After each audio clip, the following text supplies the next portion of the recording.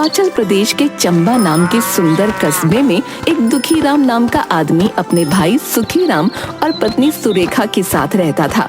दुखीराम और उसका भाई सुखीराम दोनों ही गांव में खेती किया करते थे और फल सब्जियां वगैरह उगाकर बाजार में बेचते थे। सुखीराम हमेशा अपने आप से खुश रहता था, जबकि दुखीराम उससे बिल्कुल विपरीत था।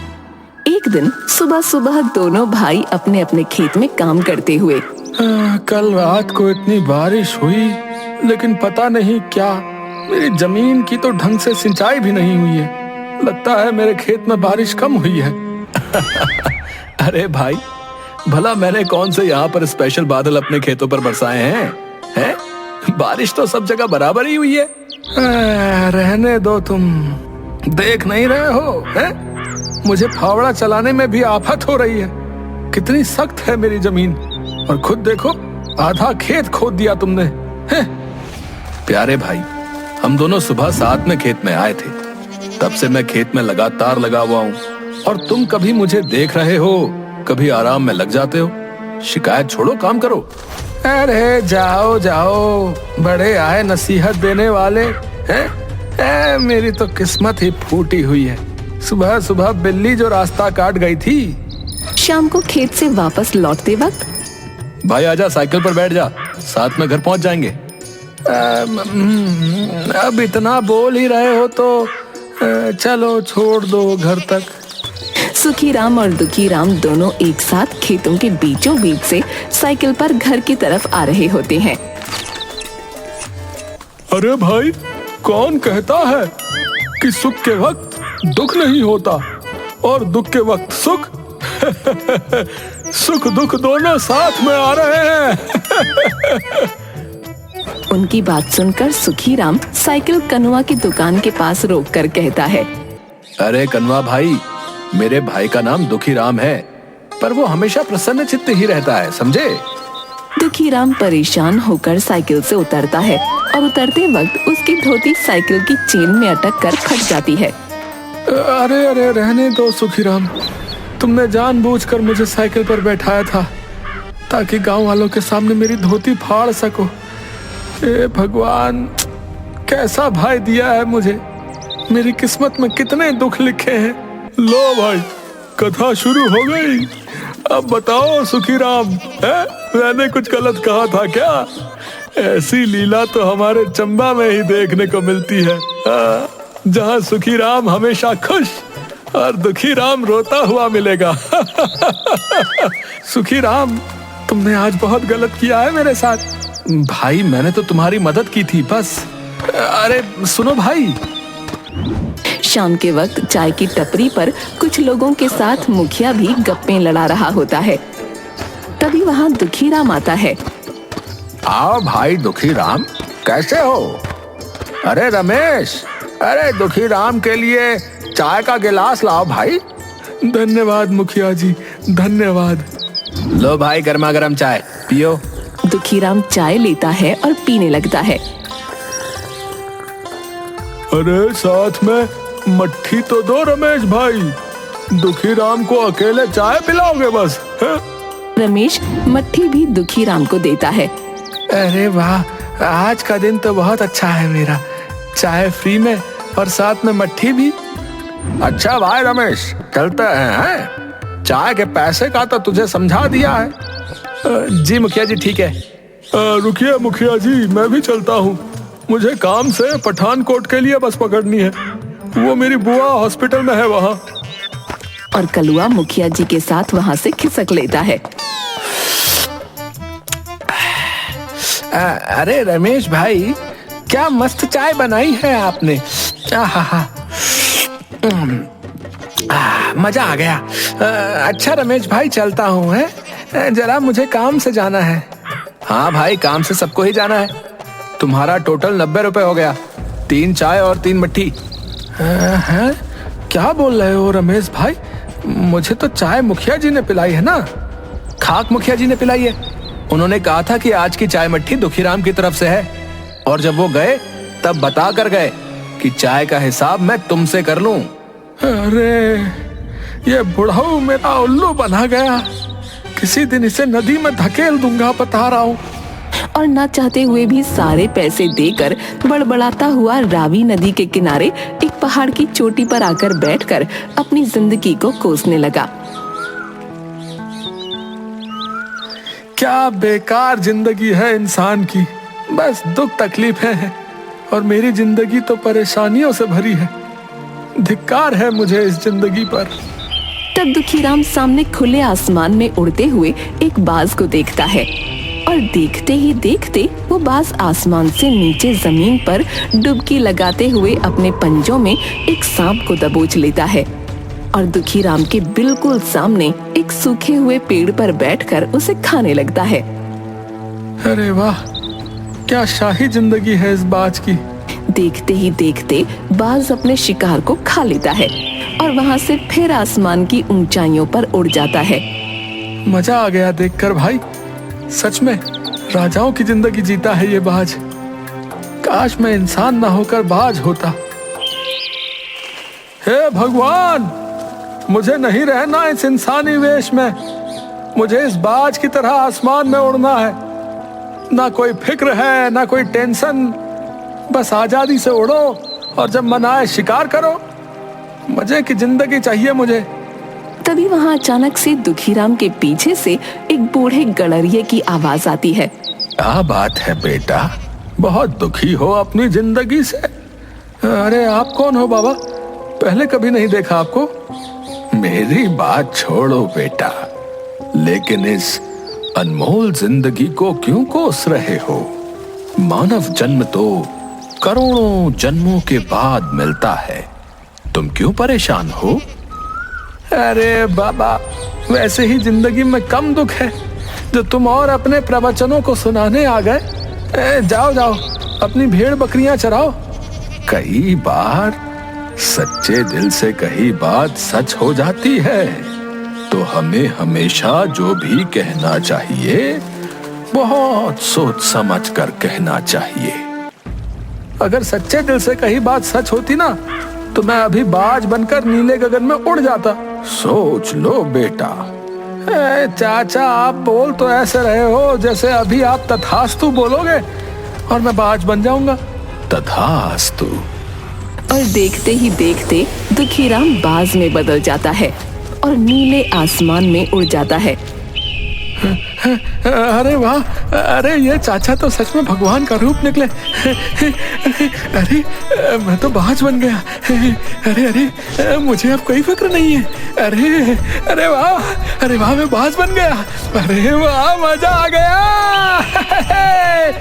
अब जब चाहे खाओ, जब मर्जी मौज उड़ाओ। है पंछी बनूं, उड़ता फिरूं मस्त गगन में। आज मैं आजाद हूँ दुनिया के चमन में। उसके बाद दुखीराम पूरे दिन मस्ती से आसमान में उड़ता रहता है। शाम के वक्त जब दुखीराम थक गया तो रहने के लिए एक जगह ढूंढने लगा। काफी थकावट हो गई आज, ना भूख भी लगने लगी है। अरे वाह, क्या बात है, मुर्गियाँ, वो भी सुखी भैया की मुर्गियाँ। अब देखो कैसे गायब करता हूँ इन्हें। और दुखीराम आसमान से डुबकी लगाकर सीधे सुखीराम के आंगन से मुर्गी को दबोच लेता है और मजे से एक पेड़ पर बैठकर खाने लगता है। देखा कितना बुद्धिमान हूँ मैं। इंसान बनकर हमेशा सबने मेरा मजाक उड़ाया। अब मैं मर्जी से जब चाहो, जहाँ चाहो शिकार करके मजे की जिंदगी जीऊंगा। चलो अब इस मुर्गी से पेट भरता हूँ। दूसरी तरफ आंगन में अपनी मुर्गियों को कम पाकर सुखीराम, अरे ये मेरी एक मुर्गी कहाँ गई? सब जगह ढूंढ लिया, अब तो शाम का वक्त है। लगता है कोई नेवला या बाज उसे दबोच ले गया। कल से इन्हें दड़बे के अंदर ही दाना डालूंगा, नहीं तो सब गायब हो जाएंगी। उस रात दुखीराम पूरी रात एक पेड़ पर बैठकर बिता देता है और अगली सुबह, अरे वाह, क्या सुहानी हवा चल रही है, लेकिन यहाँ मजा नहीं आ रहा। चलो बादलों के ऊपर चलकर हवा खाता हूँ। दुखीराम उड़ान भरता है और कुछ ही वक्त में आसमान में बादलों के ऊपर चला जाता है। आहा, है ना जिंदगी के असली मजे। मैं यहाँ मजे कर रहा हूँ और उधर मेरा बेवकूफ भाई खेतों में अपना समय बर्बाद कर रहा होगा। हाँ, कितना बुद्धू है बेचारा सुखीराम। तभी कुछ बदमाश कौवे आकर दुखीराम की पीठ पर बैठ जाते हैं। अबे कल्लुए, अबे कल्लुए, अबे मेरी पीठ पर क्यों बैठ रहा है? हैं? अबे वो तेरे अपने पंख काम नहीं कर रहे हैं क्या? अबे अबे अबे नीचे उतर, चल चल हट बे। कौवे नहीं मानते और उसको चोंच भी मारने लगते हैं। अबे ये तो ज्यादा हो रहा है, अभी बताता हूँ, रुको। दुखीराम बादलों के ऊपर की तरफ उड़ान भरता है और कुछ ही देर में ऊंचाई ज्यादा होने के कारण कौवे नीचे भाग जाते हैं और दुखीराम बादलों के ऊपर उड़ जाता है। अबे है क्या हुआ? सवारी नहीं करनी? भाग कहाँ रहे हो बे? बैठो अब। बड़े आए दुखीराम को परेशान करने वाले। उसके बाद दुखीराम की नजर चाय की टपरी पर बैठे मुखिया और कलुआ पर पड़ती है। अरे वाह रे मुखिया, चाय के पैसे मुझसे दिलवाए थे ना। रुक, आज तेरी पगड़ी सरेआम उछालता हूँ, रुक तू। दुखीराम उड़कर जाता है और मुखिया की पगड़ी लेकर उड़ जाता है। अरे बचाओ, अरे भैया बचाओ, अरे ये बाज मुझ पर हमला कर रहा है। अरे मेरी पगड़ी कहाँ ले जा रहा है? अरे रुक जा। अरे मुखिया जी, ये क्या? आपकी तो सारी खेती उजड़ी हुई है। अबे चुप कर हरामी। और बाज के पीछे कुछ देर तक भागकर रुक जाते हैं। अरे मर गया। अरे करम जले, कलवा कहाँ गया रे? मेरी पगड़ी लेकर। सारे गांव में किसी को नहीं पता कि मैं गंजा हूँ। जल्दी जा, मैं यहाँ पेड़ के पीछे छिपा हूँ। अरे मुखिया जी, वो बाज है, वो तो सामने आसमान में गायब हो गया। कहाँ से लाऊं आपकी पगड़ी? दोपहर के वक्त सुखीराम घर पर। आज 2 दिन हो गए, दुखीराम घर पर नहीं आया है। वो सही सलामत तो होगा ना? पता नहीं कहाँ गायब हो गया। आप क्यों फिक्र करते हो? कहीं अपने दोस्तों के साथ गया होगा, आ जाएगा। पता नहीं क्यों, लेकिन मुझे कुछ अनहोनी का अंदेशा सा लग रहा है। वो इतना वक्त घर से दूर कभी नहीं जाता। मैं ऐसा करता हूँ, गांव वालों से कुछ जानकारी लेकर आता हूँ। अच्छा ठीक है। उसके बाद सुखीराम सीधा कनुआ नाई के पास जाता है। कैसे हो कनुआ भाई? बहुत अच्छा हूँ भाई, आप कैसे हो? कैसे आना हुआ? बाल कटवाने हैं या हजामत? नहीं भाई, आज अभी कुछ नहीं करवाना है। बस जानकारी चाहिए थी कि कहीं दुखीराम को देखा हो तो। अरे उसको तो परसों पप्पू ने रावी नदी के किनारे पहाड़ी के छोर पर बैठे देखा था। उसके बाद किसी को नजर नहीं आया। नहीं भाई, मेरा भाई कहीं लोगों की बातों को दिल में लगाकर रावी में तो नहीं कूद गया। नहीं, ऐसा नहीं हो सकता। परेशान मत हो सुखीराम, लेकिन अगर 2 दिन से गायब है दुखीराम तो कुछ गड़बड़ तो जरूर है भैया। गांव के लोग और सुखीराम सब जगह दुखीराम को ढूंढते हैं, लेकिन उसका कहीं कोई पता नहीं चलता और थक हार कर उसे लापता मान लेते हैं। उधर पेड़ पर बैठा दुखीराम सब देख रहा होता है। कितने बेवकूफ हैं बड़े भैया। अरे भैया, मैं मजे में हूँ। हैं, आप लोग लगे रहो अपनी रोज की घिसाई में। मैं तो चला शिकार करने। उस दिन दुखीराम सब जगह आसमान में सारी जमीन छान मारता है, लेकिन उसे कोई शिकार नहीं मिलता। रात होने को आई थी। लगता है आज भूखा ही सोना पड़ेगा, लेकिन कोई नहीं, कल सुबह कोई बढ़िया शिकार पकड़ूंगा। आज इस पेड़ पर अपना एक मस्त सा घोंसला बना लेता हूँ। लेकिन ये पेड़ तो कनुआ का है, इसके नीचे वो अपनी दुकान लगाता है। मुझे क्या करना है, मैं तो पेड़ पर रहूंगा। और दुखीराम कुछ लकड़ियों से एक सुंदर सा घोंसला बनाकर उसमें सो जाता है। सुबह सूरज की किरणों के साथ उठता है। बहुत तेज भूख लग रही है, जल्दी से कोई शिकार ढूंढना होगा। इसके बाद दुखी राम हर रोज की तरह शिकार ढूंढने निकल जाता है, लेकिन पूरा दिन उसे कोई शिकार नहीं मिलता। दोपहर बाद वो भूख से बेहाल अपने घर के बाहर आकर बैठ जाता है।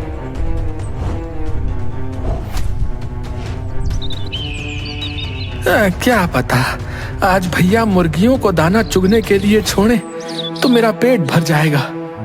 थोड़ी देर में सुखीराम घर से बाहर आता है और सामने बैठे बाज को देखकर, भाग यहाँ से, पहले भी मेरी मुर्गी तू ही ले गया था। और ऐसा बोलकर पत्थर से बाज को उड़ा देता है। अरे भैया, मैं कई दिनों से भूखा हूँ, अब कैसे आपको अपनी बात बताऊं? वहाँ से उड़कर दुखी राम अपने घोंसले पर आ बैठता है और वहाँ से नीचे काम कर रहे कनुआ पर बीट कर देता है। अरे ये कहाँ से इस आफत ने घोंसला बना लिया यहाँ? रुक, तुझे अभी बताता हूँ। और एक पत्थर घुमाकर मारता है, जिससे बेचारा दुखी राम वहाँ से उड़ जाता है। अरे अरे अजीब पागल है, इतनी जोर से मारता है कोई, अभी मेरा सिर फूट जाता। अब कहाँ जाऊँ, भूख के मारे अब उड़ा भी नहीं जा रहा। तभी रात हो जाती है और एक सूखे से पेड़ पर दुखीराम जल्दी जल्दी में एक घोंसला बनाता है और ठंड में पंखों के बीच गर्दन छुपाकर सो जाता है। आधी रात को बहुत तेज बारिश होती है, सब तरफ तूफान और आंधी चलती है, जिसकी वजह से दुखीराम अपने घोंसले के साथ उड़ता हुआ दूर जा गिरता है। गिरने से उसके एक पंजे में पैनी लकड़ी घुस जाती है। अरे मर गया रे, हाय बहुत दर्द कर रहा है, मेरा पंजा तो गया। अब मैं क्या करूं? जैसे तैसे अपनी चोंच से उस लकड़ी को तो दुखीराम निकाल फेंकता है, लेकिन उसका पंजा अब शिकार नहीं पकड़ सकता था। अब मैं शिकार कैसे कर पाऊंगा? मुझे क्या पता था कि ये मुसीबतें भी होती होंगी बाज बनने के बाद। इससे तो मैं इंसान ही भला था। सुबह होती है। बारिश के बाद सब तरफ हरियाली छा जाती है। सभी किसान खुशी खुशी अपने खेतों पर जा रहे होते हैं और दुखीराम भूख से बेहाल और दर्द से परेशान था। मैं ही पागल था जो बाज बनना चाहता था, लेकिन अब कुछ नहीं हो सकता। कुछ खाने को ढूंढता हूँ। चल दुखीराम, ले अब और उड़ने के मजे। उसके बाद वो फिर हवा में उड़ने लगता है। तभी कुछ बदमाश कौवे उड़ते हुए आते हैं और उनमें से एक दुखीराम की पीठ पर बैठ जाता है और कुछ उसे चोंच मारकर तंग करते हैं। अबे ये क्या कर रहे हो? अरे कहाँ से आ गई ये बला? अरे भागो यहाँ से। कौवे नहीं मानते। अभी कुछ खाया पिया नहीं है, नहीं तो बताता तुम सबको।